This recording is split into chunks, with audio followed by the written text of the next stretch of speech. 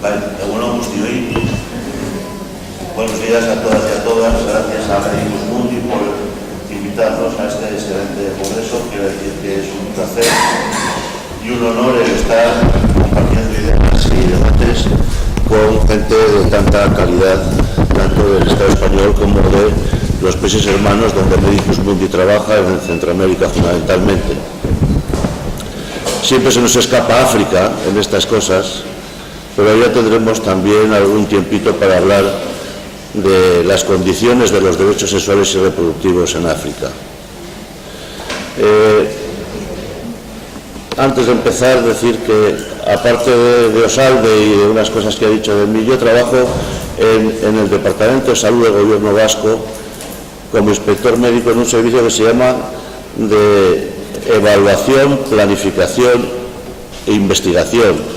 O sea, nos toca evaluar el funcionamiento de los servicios sanitarios de Osakidetza y nos toca saber cómo es la calidad de la atención de derechos sexuales y reproductivos en el Servicio Vasco de Salud. Por eso alguna de las cosas, como están pasando por aquí, pues conocemos por nuestro trabajo profesional. Antes de empezar, muy brevemente, porque ha hablado Casilda de forma excelente, como es su costumbre, de cómo se están desarrollando las políticas de legislación de derechos sexuales y reproductivos en este momento en el Estado español. Ahora la compañera de cómo el Gobierno de Guatemala vehiculiza, como puede y con los recursos disponibles, las políticas de derechos sexuales y reproductivos. A mí me toca hablar un poco del escenario general, donde nos movemos. Claro, porque somos iguales, ¿verdad? Bueno, unos más iguales que otros, ¿no? Somos iguales en derechos sociales, ¿no? En todo el mundo somos iguales, ¿no? Todos los seres humanos, ¿no? Biológicamente somos iguales, ¿no? Todos tenemos ojos y, bueno, más o menos, hay gente que tiene menos de dos, pero bueno. O hígado, y piernas, todos somos iguales, ¿no? En las facultades de medicina, en las escuelas de matrona, en las escuelas de enfermería, se estudia así, somos todos con hígado en su sitio, el corazón en su sitio, el útero en su sitio, el pene en su sitio, más largo, más corto, en su sitio. Hay gente que tiene dos. Sin embargo, la forma de enfermar, de acceder a la invalidez o a la discapacidad, de vivir el dolor y de morir es distinto. En el mundo, en Bilbao, es distinta. Por lo tanto, lo biológico no explica las condiciones de enfermar, únicamente. Lo biológico no explica la forma que tenemos de organizar nuestra vida sexual y reproductiva, únicamente.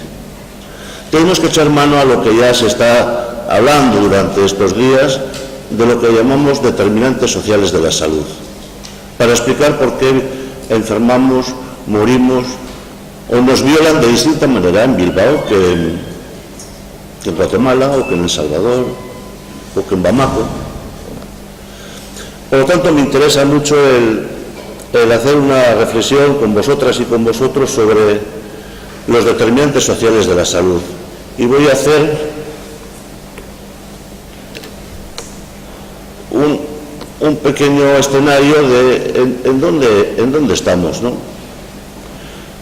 Porque no es solamente el sistema patriarcal, el modelo machista, cultural e ideológico en el que vivimos en todo el mundo, el responsable de los problemas que tenemos en las condiciones de enfermar y de morir, sino también el orden económico y social en el que vivimos y la singularidad que en cada país adquiere la condición económica y social del sistema capitalista, que es el único que existe en el mundo, ¿verdad? Un par de ejemplos de las causas de la mortalidad materna tan escandalosa en algunos países, en Centroamérica, por ejemplo, o de la mortalidad infantil. Javi, ¿tú que eres pediatra, causas de mortalidad infantil, así? En el mundo. Pues mira, la más frecuente es la relacionada con el parto, o sea, la muerte perinatal. La perinatal en nuestro espacio, ¿verdad? No. En el mundo. Verónica, en Guatemala. O sea, podemos decir acceso a servicios de salud obstétricos o neonatales adecuados o algo parecido, ¿verdad? O acceso a personal adiestrado. Mira, si te ocurre otra causa de mortalidad materna, ¿por qué la gente se muere al parir? ¿Por qué las mujeres se mueren al parir? En Bilbao, en Bamako, en el Congo, en El Salvador, ¿alguna causa? La falta de atención. ¿Más? Anemia. Fíjate, estuve participando en el Sáhara en un estudio hace unos años, donde todas las mujeres saharauis embarazadas tenían anemia, porque Aksur había disminuido las calorías per cápita en sus aportaciones. Como sabéis, la mayoría de los colegas de la República del Saharaui Democrática, de los campos de refugiados de Tindur, donde hay unas 250.000 personas que están sobreviviendo, como pueden, más de 35 años de refugio, viven sponsorizados por las agencias internacionales y por los gobiernos internacionales. Hubo un tiempo que Aksur, el alto comisionado de Naciones Unidas para el Desarrollo, disminuyó las calorías per cápita de las donaciones, ¿verdad? Y detectamos ese año que el 100% de las mujeres embarazadas saharauis tenían anemia. La anemia es una condición de riesgo para el parto, ¿verdad? ¿Alguna cosa más? Causas de mortalidad materna, causas de mortalidad infantil. Aquí hicimos un estudio muy bonito sobre diferencia de bajo peso al nacer, y nosotros encontramos que las mujeres provenientes de algunas zonas deprimidas de bajo nivel de renta, como el barrio de Chávarri de Sestao, que es mi pueblo, Sestao, margen izquierda, tienen más bajo peso al nacer que las mujeres de Bilbao, cogiendo los barrios por condiciones de renta homogéneas. ¿Me explico? Usted coge 1.000 niños y niñas que han nacido en el hospital de Basurto el año pasado. Mira el origen de su madre, dónde vive y las condiciones socioeconómicas de donde vive, y compare el bajo peso al nacer. Es muy sencillo, es muy sencillo. Entre nosotros, entre países, no quiero ni mencionarlo. El bajo peso al nacer es en general una de las razones más importantes de muerte infantil. Por eso está en los Objetivos de Desarrollo del Milenio, por eso está en el IDH, en el Índice de Desarrollo Humano. Pero son indicadores síntesis, indicadores que tienen que ver con la vida y con la muerte, pero indicadores que tienen que ver con la calidad de vida, la muerte infantil, la esperanza de vida. Entonces dices, bajo peso al nacer, coño, que coman más. Ya. Voy a apuntar aquí. Alimentación de la madre, proceso de embarazo, calidad y suficiencia. Parece otra causa. Coño, pues si se les atienda mejor, ¿no? O sea, ¿cómo va a llegar al parto y luego se va a morir en el parto esta pobre mujer? Que se les atienda mejor. Dice, programas de atención del control del embarazo desde el 3er mes de embarazo. Bajo peso al nacer, pues que espacien más, que tiene 7 hijos, pues que en vez de tenerlo, que el espacio intergenésico, que el espacio entre parto y parto aumente, porque conforme más disminuye, el bajo peso al nacer aumenta, y el bajo peso al nacer es causa de muerte infantil. Ya, entonces, acceso a anticonceptivos y a información sobre planificación familiar del hombre y de la mujer. Ya. ¿Qué más causas? Y dice, ¿y cómo trabaja? Porque una de las causas de muerte en las mujeres campesinas en Centroamérica es el contacto con plaguicidas y la infección permanente, y por lo tanto un parto con riesgo ya desde antes del momento del parto. Condiciones de trabajo de la mujer. Quiero decir que usted con la tasa de mortalidad materna o con la tasa de mortalidad infantil puede hacer un listado de causas inmediatas, como acceso a los servicios de salud, como bien plantean Verónica y Javi, pero también de un conjunto de causas de carácter social, vivienda, trabajo, condiciones de hacinamiento. ¿Cuántos partos hemos visto en casas donde hay 5 o 6 hijos e hijas por ahí dando vueltas, el otro, el tío hermano, en las condiciones de familia expansiva. ¿Cuántas veces? ¿O cuántas mujeres y familias se han endeudado por ir a parir a un centro privado en Guatemala, en El Salvador, en Estados Unidos, con más de 37 millones de personas sin coberturas sanitarias, que se endeudan, que entran en la pobreza por pagar el parto de la señora en un centro privado? Bueno, son dos ejemplos escandalosos. ¿Para qué hablar del marco legislativo? ¿Para qué hablar del marco político o del marco económico, en donde se da la muerte materna y donde se da la muerte infantil del recién nacido? Si no hablamos de eso, no entendemos bien este tema de los derechos sexuales y reproductivos. Bueno, entonces me ha tocado hacer unas pinceladas rapidísimas. No se puede mover esto sobre cuáles son las condiciones en el marco del Estado español, cuáles son las condiciones de la globalización económica en el marco internacional, para que no se nos escape dónde estamos, y cuáles son algunas de las propuestas que varias ONGs planteamos para que nuestros discursos se vayan unificando. Medicus Mundi es un ejemplo de ello. La necesidad de unificar el discurso donde estamos, en el País Vasco, y donde trabajamos, en otras partes del mundo. Bien, ¿dónde estamos?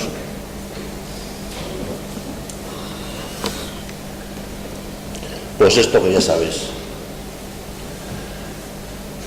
El tema del bono inmobiliario colapsó la economía, ¿verdad? Y nuestro querido gobierno de Madrid, pues, empezó con unas políticas de reforma laboral y unas políticas financieras absolutamente desastrosas. Los indicadores los he cogido casi todos de un corte y pega de un artículo del British Medical Journal, que es una de las revistas científicas más interesantes y menos comprometidas con los laboratorios farmacéuticos, y de ahí he cogido la mayoría de los datos que presentan, para si alguien quiere profundizar en estos datos. British Medical Journal. ¿Oís, verdad? Entonces, este es el dibujo. El último que he metido es el informe de UNICEF de ayer.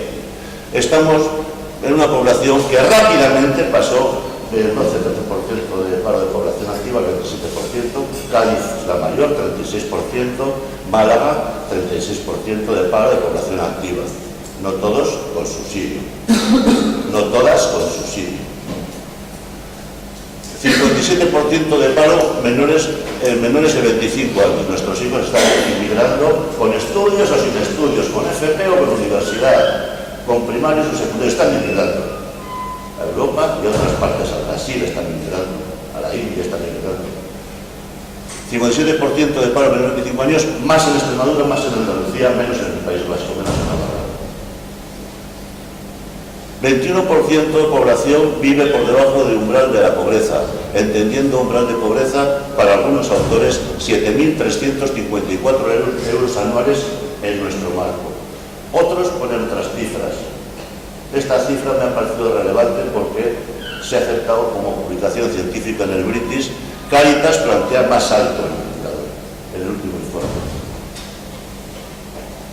UNICEF ayer hizo un informe y planteó que el 27% de niños y niñas por debajo del nivel de pobreza en este momento en el Estado español, hablamos de más de 2 millones, y sobre todo en núcleos con más de 2 o 3 niños y niñas viviendo.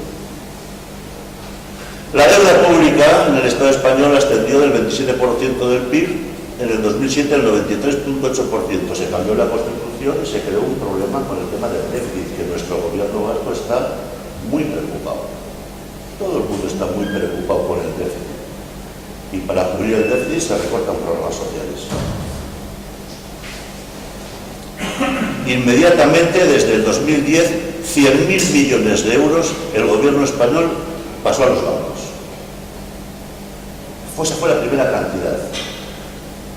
Los bancos que ocasionaron el boom. Vamos a seguir dando unas pinceladas a dónde estamos, a esto de los derechos sexuales y reproductivos, no os perdáis.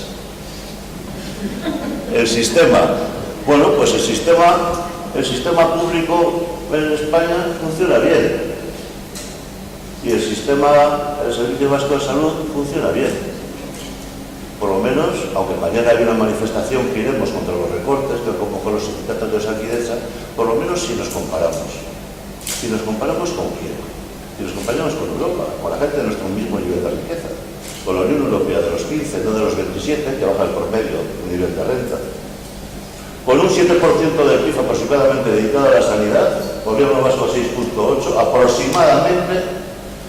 La vasca está contenta con los servicios, sobre todo con los servicios de atención primaria, que son de amplia cobertura, de la más amplia cobertura que existe en el mundo. Centros de salud como nosotros no tienen los franceses. Funcionan con modelos de seguridad social, modelos de mutualité, modelos de médicos individuales. Médicos de familia en primera línea de atención, pediatras en primera línea de atención, pero pediatras en primera línea de atención, los españolitos, no hay.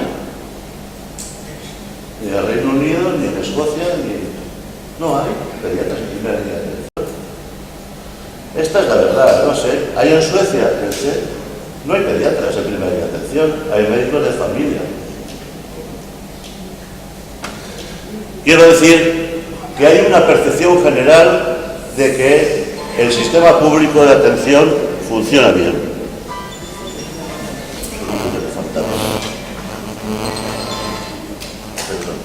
No he sido yo. Pero Pero me has puesto nervioso.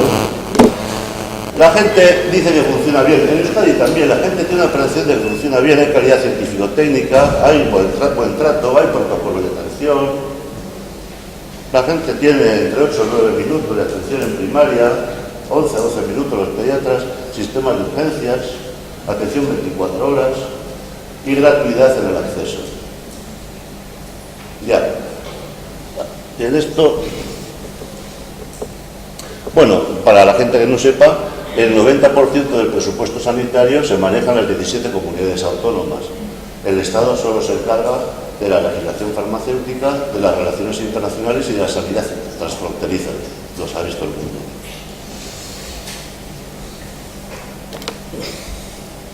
Los recortes de la situación en el Estado, muy rápidamente.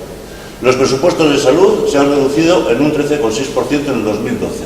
La formación de profesionales se ha reducido en 75%. Por eso la mayoría de nuestros médicos y cada vez más enfermeras dependen de laboratorios farmacéuticos para sponsorizar congresos, sponsorizar reuniones, supuestamente, y conflictos de intereses en la investigación clínica.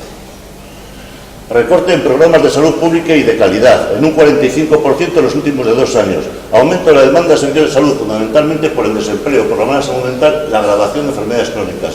Recorte de más de 600 millones de euros en el fondo de dependencia. ¿Quién dijo ayer? Creo que Jorge, que el fondo de dependencia es una entelequia. El año pasado se redujeron otros 1.200 millones el fondo de dependencia, la ley de dependencia.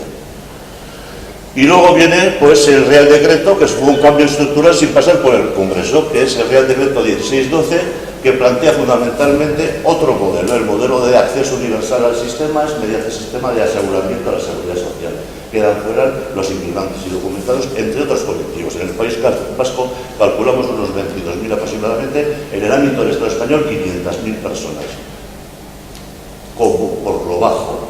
500.000 personas indocumentadas. Algunas comunidades se resistieron a modificar la accesibilidad universal a los servicios, las ONGs, los movimientos profesionales, entramos en una franca cámara de vía en alianzas, organizaciones de mujeres, organizaciones sindicales, y se creó una potencia muy importante en el país. La Marea Blanca en Madrid fue una de las manifestaciones para luchar por la accesibilidad universal, contra la privatización de servicios, que Cataluña y Madrid eran las dos comunidades más potentes en la privatización de servicios, no en el País Vasco, y por el tema de los copagos. En el País Vasco, el gobierno socialista anterior y el gobierno nacionalista actual estuvieron de acuerdo, ganaron en el Tribunal Constitucional el derecho del 100% de la población a tener acceso a nuestros servicios sanitarios públicos con un criterio. Hay que priorizar la salud sobre supuestos ahorros financieros que se planteaban en más de 7.000 millones de euros, porque no está demostrado que mediante estos sistemas de copagos y sacando a la gente del sistema usted podría ahorrar este dinero. No solamente no está demostrado, sino que es una falacia internacional que en otras partes ha funcionado mal. La globalización es el marco en el que se ha dado esta situación, tanto en el Estado español como en el conjunto de los países. La globalización dice, es la crisis, ¿verdad? No es la crisis. La crisis económica es una herramienta del sistema capitalista para racionalizar la recuperación y acumulación de capital de forma más rápida. La crisis, dicen muchos autores que han vuelto a leer los viejos libros, la crisis es parte de la jugada, es parte del sistema. Bueno, la globalización económica crea un escenario en donde el mercado regula los sistemas sanitarios, los programas de salud están sponsorizados, la mayoría, por transnacionales farmacéuticas y los programas sociales de los gobiernos disminuyen y crean bolsas de pobreza muy importantes y las tecnologías, nunca hemos tenido tanto avance científico-técnico en medicina, nunca en la historia, pero el acceso a tecnologías de diagnóstico y tratamiento en todo el mundo dispara los costes en divisas, por ejemplo en El Salvador, disparan los costes en divisas del gobierno y hace inaccesibles a esos tratamientos y diagnósticos a los sectores más empobrecidos. Por lo tanto, se agudiza la inequidad. Se rompen los sistemas de cohesión social y se disminuye otras alternativas a la salud, como son las alternativas de apoyo familiar y comunitario en el marco de búsquedas de cohesión social cuando se desmoronan los sistemas públicos de salud. Acabo ya. ¿Qué hay que hacer en este escenario? Pues bueno, las alianzas son muy importantes entre ONGs, organizaciones de mujeres, organizaciones profesionales, fundamentalmente el fortalecimiento de los sistemas públicos de salud. Aquí no hay vuelta de hoja. Es muy fácil hacer un centro de planificación familiar o de derechos sexuales y reproductivos con organizaciones de mujeres, que es de la privada social, financiado por Médicos Mundi o por Osalde o por Médicos Sin Fronteras. Es muy fácil. La ideología se comparte, la conciencia es común, puede haber autogestión, puede haber control democrático, todo es feminismo, pero si sales fuera del sistema público de salud vas a crear un problema de accesibilidad. ¡Seguro! ¡Seguro! No, yo con las mujeres que más lo necesiten. No es cierto. No hay ningún ejemplo internacional. Los sistemas privados sociales, animados por ONG, por fundaciones, por organizaciones de mujeres, por Rockefeller, por Bill Gates, los sistemas privados sociales que no cobran en el acto, pero que no son propiedad pública, crean discriminación. Es un asunto que tenemos que reflexionar, la necesidad de, funcionen mal o funcionen bien, fortalecer los sistemas públicos de atención en nuestros programas de intervención, allí donde estemos. La segunda, y acabo ya, la fragmentación de estructuras, aquí el programa sexual y reproductivo, aquí tuberculosis, no, este dinero es para VIH, no, este dinero no es para VIH, este dinero es para la malaria, no, para la malaria no, esto es para los niños y las niñas, no, estas son para las violadas, Necesitamos sistemas integrales de atención desde el sistema público controlado democráticamente en todos los países del mundo. Si no, se nos va la accesibilidad. Hay discriminación, siempre hay discriminación en la accesibilidad de la gente que más lo necesita. Necesitamos romper la fragmentación de los programas de atención, porque muchas veces la gente internacional provoca esta fragmentación, porque los que sponsorizan, los que patrocinan, dicen, esto es para el paludismo, no se confunda usted. El programa de subvención de Bill Gates del SIDA en África es más potente que todo el presupuesto de salud del gobierno de Tanzania. Es potentísimo, pero claro, son tan buenos, como digo, son tan buenos que dan asco. Son tan buenos que todo lo que está alrededor es malo. Es tan bueno lo que hace Medicus Mundi que lo que está al lado no funciona bien. En donde está Medicus Mundi funciona bien, porque son buenos. Es una caricatura, ¿eh? Oye, qué buenos son los Médicos Sin Fronteras. Médicos Sin Fronteras son muy buenos. En ayuda humanitaria, en emergencias, son los mejores. En Darfur, en Siria, se están jugando vidas, son muy buenos.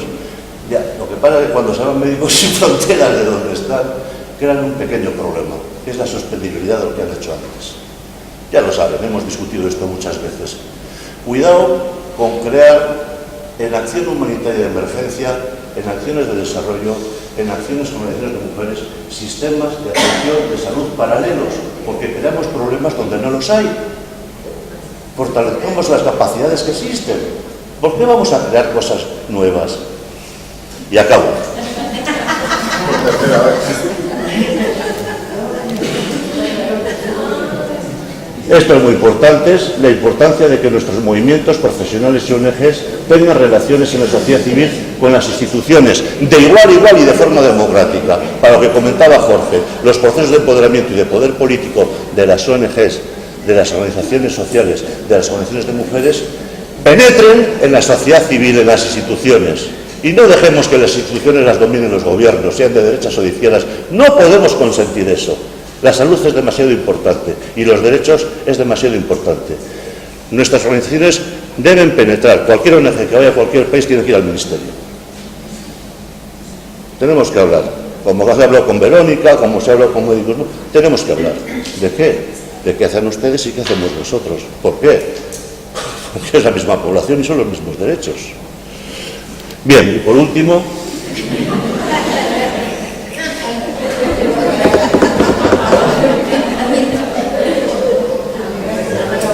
Tienes 10 segundos. Sí, quería llegar a esto, que es el sentido de la ponencia.